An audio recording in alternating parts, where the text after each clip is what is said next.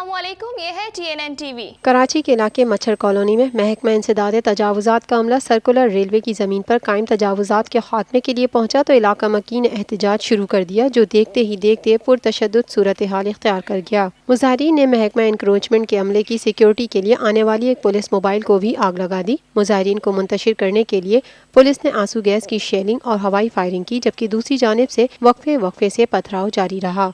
इससे कबल Sindh high court में मच्छर कॉलोनी में तजावुजात के खिलाफ ऑपरेशन रुकवाने की दरख्वास्त की समाअत हुई, जिसमें दरख्वास्त गुजारों ने मौक़िफ़ इख्तियार किया था कि वो इस ज़मीन पर 35 बरसों से रह रहे हैं और अब तजावुजात के नाम पर किसी नोटिस के बगैर ही हमारे घरों को गिराया जा रहा है, जिसे रोका जाए। सिंध हाई कोर्ट ने तजावुजात के खिलाफ ऑपरेशन रोकने की इस्तदा मुस्तरद करते हुए कहा कि बिजली, गैस और दीगर यूटिलिटीज़ के कनेक्शंस कहीं भी हासिल किए जा सकते हैं। आबादी अगर गैर कानूनी है तो स्टे नहीं दे सकते। अदालत ने महकमा revenue, commissioner Karachi, KPT, police और दीगर को 19 अप्रैल के लिए नोटिस जारी कर दिए।